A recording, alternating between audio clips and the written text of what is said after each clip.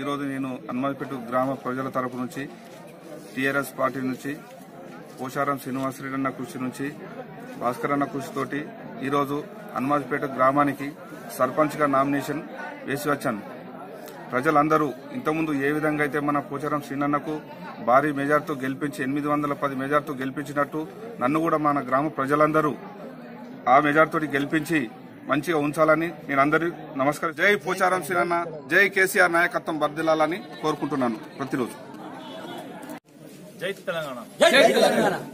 ఈరోజు స్థానిక సంస్థలు సర్పంచ్ ఎన్నికల్లో భాగంగా మరి హనుమాజిపేట్ గ్రామం బాన్స్వాడ మండలం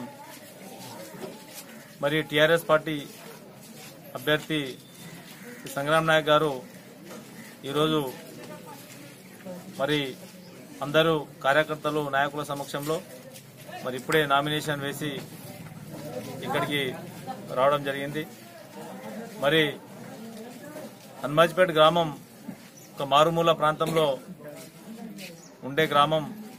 మరి ఈరోజు ఇంతగా అభివృద్ధి చెందిందంటే మన స్పీకర్ గారు గౌరవనీయులు పెద్దలు పోచారం శ్రీనివాసరెడ్డి గారి నాయకత్వంలో మరి సంగ్రామ్ నాయక్ గారు ఇక్కడ నాయకత్వం వహించి మరి అన్ని రంగాల్లో అన్ని రకాలుగా మరి ప్రజలకు అందుబాటులో ఉండి వారి కష్ట సుఖాల్లో పాలు పంచుకొని వారికి అన్ని రకాల సహాయ సహకారాలు అందిస్తూ ఉన్నారు.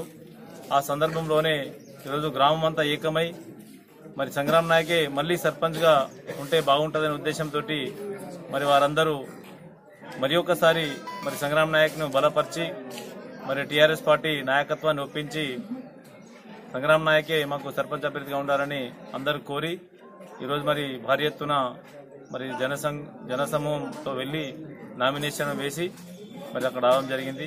మరి ఈ కార్యక్రమంలో పాల్గొన్న ప్రతి ఒక్క కార్యకర్తకు నాయకులకు అందరికీ పేరు పేరున మరి తెలంగాణ నమస్సుమందులు తెలియజేస్తా ఉన్నా.